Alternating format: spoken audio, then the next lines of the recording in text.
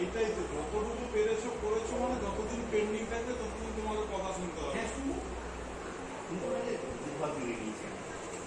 ঠিক আছে। আর যখনই কাজের কথা কেউ বলবে, বলবে স্যার নেই, সই করার কেউ নেই, আমি অফিসে নেই, নেট স্লো, কারেন্ট চলে গেছে, সাইকেল দিতে গেছে।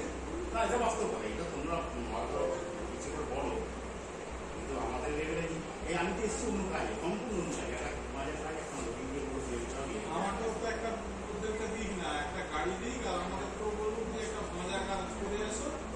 হ্যাঁ, কমপক্ষে গিয়ে এটা দিতে হবে, তোমাদের বোঝানোর কিছু নেই। বিএসডব্লিউ এসে তুমি বোঝাতে তো হবে, না বিএসডব্লিউ কি বললো? হ্যাঁ, বিএসডব্লিউ কি বললো? বিএসডব্লিউ তো রিপ্লাই দিয়েছিলাম, কি রিপ্লাই দিয়েছে? বিএসডব্লিউ তো নেই, কি রিপ্লাই দেবে? সেকশন তো সেকশন